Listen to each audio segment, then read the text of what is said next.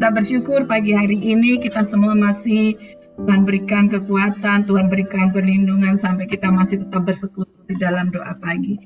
Baik, pagi hari ini kita akan kembali merenungkan firman Tuhan. Judul seri pada pagi hari ini adalah Mataku Tertuju Kepadamu. Ya, kita mau membaca dalam Matius 8 ayat 21 sampai dengan 20. Seorang lain, yaitu salah seorang muridnya, berkata kepadanya, Tuhan, izinkanlah aku pergi dahulu menguburkan ayahku. Tetapi Yesus berkata kepadanya, ikutlah aku dan biarlah orang mati menguburkan orang-orang mati mereka. Bapak Ibu yang dikasihi Tuhan, kalau kita membaca ayat ini, kita sering berkata, jangan-jangan Tuhan berfirmannya salah. Kalimatnya jangan-jangan salah penulisan atau Tuhan yang salah berfirman. Karena seakan-akan apa? Dari kalimat ini, seakan-akan kita Tuhan ngajarinya kita nggak hormat ya sama orang tua. Seakan-akan kita ini mau menguburkan salah satu muridnya, mau menguburkan orang ayahnya aja. Itu Tuhan bilang, nggak ikut aku, ya seperti itu. Ya, kita mau belajar pagi hari ini, apakah betul seperti itu? Ya, apa maksud ayat ini? Tradisi orang Yahudi di sana adalah saat ada keluarga yang meninggal, terutama orang tuanya, seisi rumah itu mereka akan stay di rumah, mereka tinggal diam di rumah itu selama 7 hari. Ya, adat kebiasaannya nggak jauh seperti kita. Nah, di sana itu karena apa? Ada orang yang datang untuk memberikan penguatan, menyatakan duka cita.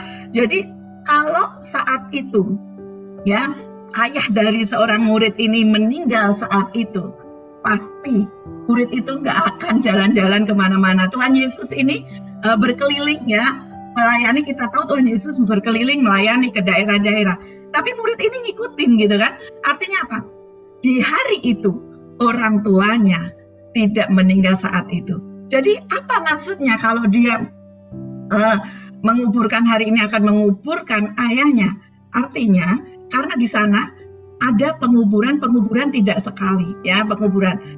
Bagaimana kalau penguburan yang pertama kita ingat seperti peristiwa Lazarus, ya, bagaimana saat dia meninggal itu dirempah-rempahin, kemudian dikafanin, masuk ke dalam kuburannya itu berbentuk gua.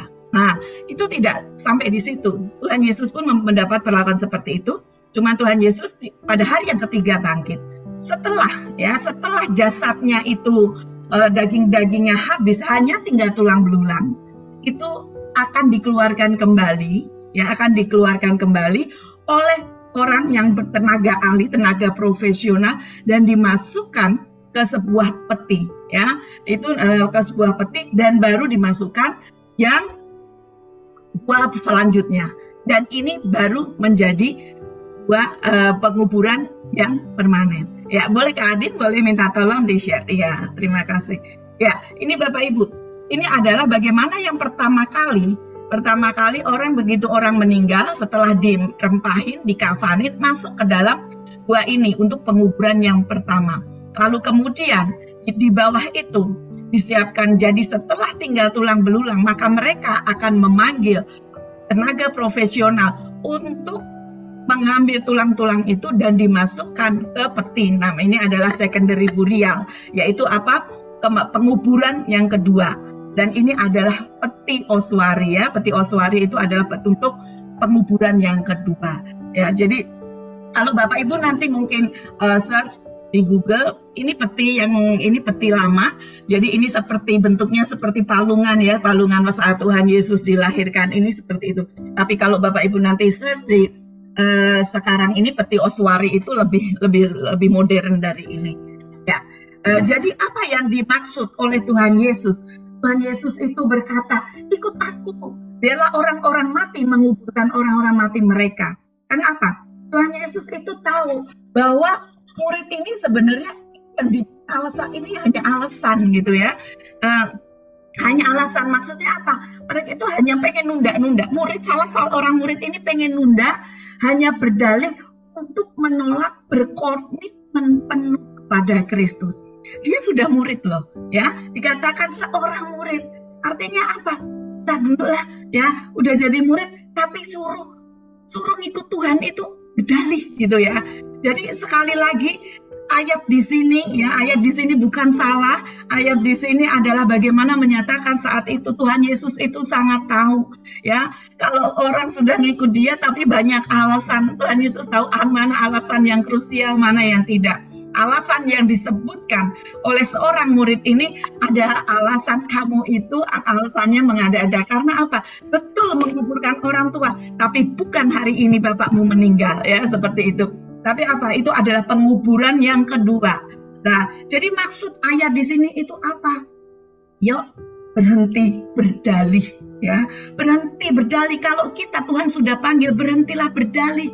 Fokus pada Kristus ya. Di mata Tuhan Yesus, mengikut dia memasyurkan kerajaan Allah itu begitu penting ya. Dia menawarkan suatu kehidupan yang kekal, bukan kematian lagi ya. Jadi kalau misalnya hari-hari ini mungkin kita tadi masih curiga dengan ayat ini, apakah salah ya? Apakah salah? Betul ya, ayat ini betul, firman Tuhan tidak pernah salah. Jadi kalau kita ikut Tuhan ajarkan kepada kita, ikut aku. Ya, kita semua di sini menjadi orang percaya, kita menjadi murid-murid Kristus. Tuhan tapi ingatkan, ikut aku, fokus pada Kristus. Ya, pagi hari ini apa yang kita mau pelajari? Ada hal-hal yang membuat kita itu terkadang menjadi penghalangnya mengikut Kristus. Kita ini fokus sama Kristus kok susah ya. Kadang pengiringan kita sama Tuhan kok seakan-akan ada yang bikin mampet gitu ya. Nah, apa yang bikin mampet itu? Ya, yang pertama itu adalah yang sangat-sangat kita itu kadang nggak sadar, yang bikin kita penghalang kita nggak bisa fokus, namanya sampah. Ya, sampah dalam hidup kita yang sering kita pendam. Kita itu nggak seakan-akan ini udah ikut Tuhan, tapi kok gini-gini aja, mau ikut Tuhan, mau dengar suara Tuhan kok sulit ya. Karena apa? Sering kita memendam sampah. Sampah apa? Ya, sampah kemarahan, sampah kebencian, sampah kesel gitu ya, kekecewaan, sakit hati, ketakutan karena masalah. Ya, sakit hati kita ini apa sih penyebabnya sakit hati ya, sehingga kita nggak bisa fokus? Karena pertama apa? Sakit hati. Hampir semua manusia mempunyai sifat ego manusia itu, sehingga kalau kita direndahkan, wah ya kita itu merasa kesel, sakit hati. Nah, bagaimana supaya kita ini ya tidak, kalau direndahkan ya udah kita nggak marah lagi gitu ya, ini sangat sulit ya. Tapi bagaimana supaya kita tidak bisa direndahkan? Yaitu merendahlah serendah-rendahnya sampai orang lain nggak bisa ngerendahin kita. Kalau kita mau belajar menghilangkan sampah itu, menghilangkan sakit hati itu, kita ini pertama nggak mau direndahkan, ya sudah merendah serendah-rendahnya sampai orang lain itu nggak bisa merendahkan kita. Bahkan Tuhan ajarkan kepada kita, kalau kita ini mau ditinggikan, ya udah rendahkanlah dirimu di bawah tangan Tuhan yang kuat, maka Ia akan meninggikan engkau pada waktunya. Sampah apa lagi sih yang suka tersimpan sehingga menghalangi fokus? Yaitu sampah ketakutan ya, ketakutan karena masalah-masalah yang dalam hidup kita. Mungkin sebelum masuk tahun baru ada berita-berita yang tidak mengenakan, tapi kita selalu mengatakan tidak. Kalau memang tahun gelap, kita ini percaya Tuhan kok yang nolong kita, Tuhan yang memimpin hidup kita gitu ya. Kita nggak perlu takut, nggak usah simpen sampah ketakutan itu, karena saat kita menyimpan sampah ketakutan, akhirnya apa? Menghalangi fokus kita, nggak bisa kita ngikut Tuhan. Kalau kita takut Tuhan, tahun ini bagaimana ya dengan usaha saya? Saya selalu ingat Tuhan kita, Tuhan Allah yang menolong bangsa Israel membelah laut Teberau. Dia yang menolong kita hari-hari ini. Gak usah takut. Kalau bagaimana apa kalau usaha kita mulai turun, mungkin penghasilannya lebih rendah dibanding yang lain. Percayalah, kalau Tuhan sanggup memberikan makan semua orang Israel 2 juta orang di padang gurun, tiap hari Tuhan kirim makanan, itu dengan caranya Tuhan. Kita anak-anak Tuhan pasti juga Tuhan pelihara. Ketakutan apalagi yang sering membuat kita ini akhirnya kita nggak bisa fokus, banyak hal. Tapi itu ingat Bapak Ibu, semua itu yang kita takutkan, kita khawatirkan, berlebih kebencian ya, kekesalan, kekecewaan, itu akhirnya apa? Membuat kita sampah-sampah itu membuat kita nggak bisa fokus sama Tuhan ya. Kenapa sampah itu merugikan buat diri kita sendiri, merugikan juga buat orang lain ya. Kalau kita ini semua pegang HP saat ini ya, pegang HP itu kalau ada kiriman, ada file yang masuk ya, ada pesan yang masuk, kadang kita itu nggak bisa, HP kita itu menjadi istilahnya lemot gitu ya. Akhirnya apa? Hanya muter-muter, loading, nggak bisa sampai-sampai. Perintah dari HP itu apa? Handphonenya itu perintahnya apa? Ada keranjang sampah. Ya kalau HP saja itu, kalau ada sampah-sampah yang udah nggak penting lagi, memorinya itu diminta untuk membuang ke keranjang sampah. Ya, begitu juga dengan hidup kita. Kalau kita ini mau dapat sesuatu, kita mau ngerti maksudnya rencana Tuhan apa yang terjadi dalam hidup kita, Tuhan maunya apa ya, apa yang harus kami kerjakan, itu kita masih nyimpen sampah-sampah itu. Yuk jangan kalah sama HP aja itu, kalau loadingnya, memorinya kebanyakan nggak bisa terima ya. Itu harus dibuangin ke keranjang sampah. Nah, Bapak dan ini kemarin renungan Bapak Roni, terima kasih waktu hari Senin sharing firman Tuhannya, bagaimana kita ini semuanya harus membangun gereja Tuhan, fokus bangun gereja Tuhan, saling bergandeng tangan dengan dasarnya kasih ya. Kalau misalnya di gereja ada yang salah-salah dikit, ayolah ditegurnya dengan kasih gitu ya, nggak usah yang gimana-gimana ya.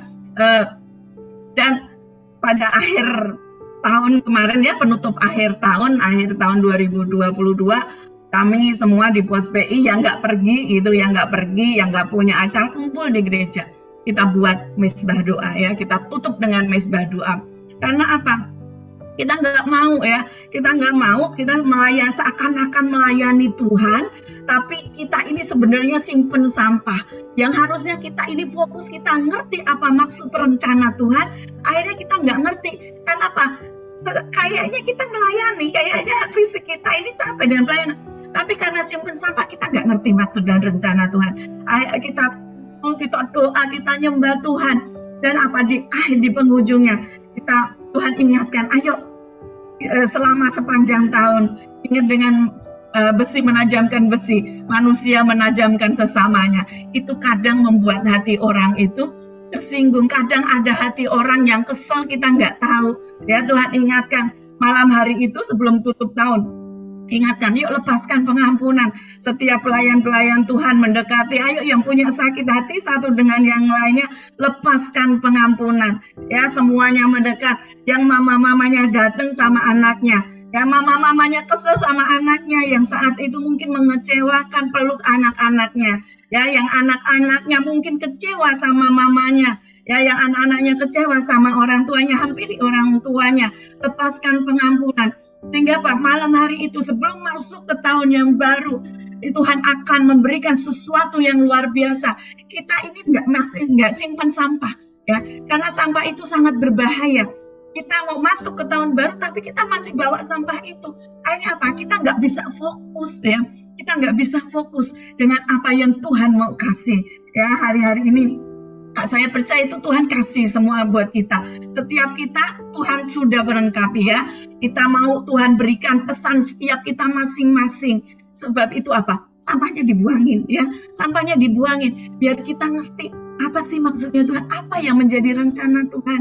Ya, apa yang Tuhan inginkan dalam hidup kita. Karena sampah tadi, kalau sampah itu enggak berbahaya buat diri kita sendiri, juga berbahaya buat orang lain gitu ya. Orang lain juga nggak bisa fokus akhirnya.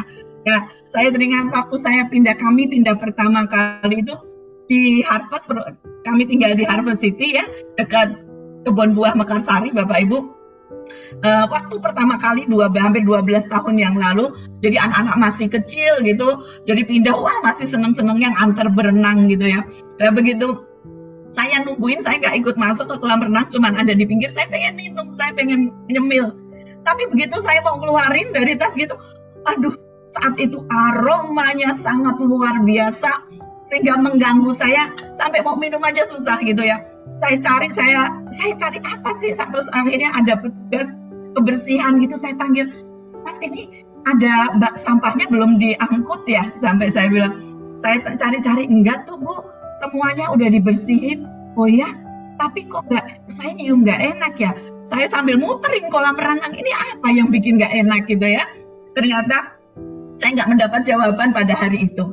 Jawabannya setelah berapa hari kemudian, saya pulang ke rumah, ternyata saya mencium aroma yang sama gitu.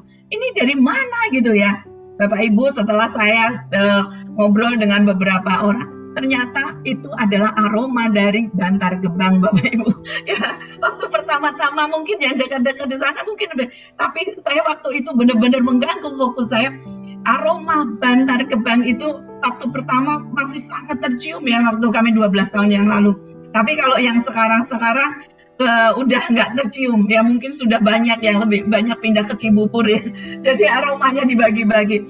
Jadi waktu pindah itu benar-benar sampah ya, begitu. Bagaimana kalau kita nimbun sampah ya, nimbun sampah kalau tadi hanya untuk jadi sampah itu ditimbun ya, sama itu akhirnya apa, mengganggu. Sampah itu akhirnya apa, gak cuma radius yang dekat loh, radius yang jauh. Pada saya kami ini tinggalnya mungkin belasan kilometer dari Bantar Gebang ya, karena di Harvest City itu belasan kilometer, lebih dari 10 kilometer, mungkin bisa lebih dari 12 kilometer, tapi aromanya luar biasa saat itu. Nah, begitu juga dengan hidup kita. Kalau kita itu nimbunin sampah ya, gak cuma fokus kita sendiri, tapi fokus orang lain itu bisa terganggu ya. Beda halnya kalau yang kita timbun adalah sampah, yang kita tanam sampah itu lama-lama mengganggu orang. Tapi beda halnya kalau kita menanam hal-hal yang Tuhan ajarkan, suatu kebaikan. Waktu kecil saya itu tinggal di Kartasura di Solo, dekat rumah sakit, gak jauh dari rumah sakit Adi Sumarmo ya. Bayangkan anak-anak kecil kalau ke rumah sakit itu kan menakutkan ya. Tapi saya itu kalau melewati tempat itu saya sangat suka sekali. Karena apa? Di dekat rumah sakit itu, belakangnya bagian sebelum parkir itu ditanam pohon eukaliptus. Jadi dari jarak jauh aja Bapak Ibu, dari jarak jauh itu sepedaan, jalan kaki, itu saya bisa menghirup bagaimana itu membuat orang itu tenang ya. Bagaimana itu suasana jadi enak. Membuat orang bisa fokus. Kenapa? Aroma eukaliptus ya, aroma kayu putih ya. Kayu putih kalau kita cium dari jauh itu jadi nggak diapa-apain Bapak Ibu, kena angin aja keterpa itu bisa aromanya enak sekali gitu ya. Jadi menenangkan. Nah, begitu juga kalau sampah kita timbun Bapak Ibu, itu juga mengganggu fokus orang lain ya. Itu sampah, tapi beda bagaimana kalau kita itu nggak nimbun sampah, tetapi justru apa yang kita tanamkan adalah kebaikan. Kita ini justru membuat orang lebih fokus kepada Tuhan ya. Jadi apa yang menjadi penghalang yaitu sampah, buang sampah ya, buang sampah. Dan apa yang kita ingat supaya kita ini bisa fokus sama Tuhan, yaitu ingat ada hadiah ya. Saat itu saya masih ingat yaitu sharingnya Bu Neti waktu itu ya. Waktu itu Bu Neti membacakan di Filipi 3 ayat 13 sampai 14. Saudara-saudara, aku sendiri tidak menganggap bahwa aku telah menangkapnya. Tetapi ini yang kulakukan, aku melupakan apa yang telah di belakangku dan mengarahkan diri kepada apa yang di hadapan. Dan berlari-lari kepada tujuan untuk memperoleh hadiah, yaitu panggilan surgawi dari Allah dalam Kristus Yesus. Jadi kalau kita ini mau fokus sama Tuhan ya, ada penghalangnya, hapus. Penghalangnya dibuangin ke keranjang sampah. Tapi apa yang harus kita ingat supaya kita ini bisa fokus sama Tuhan?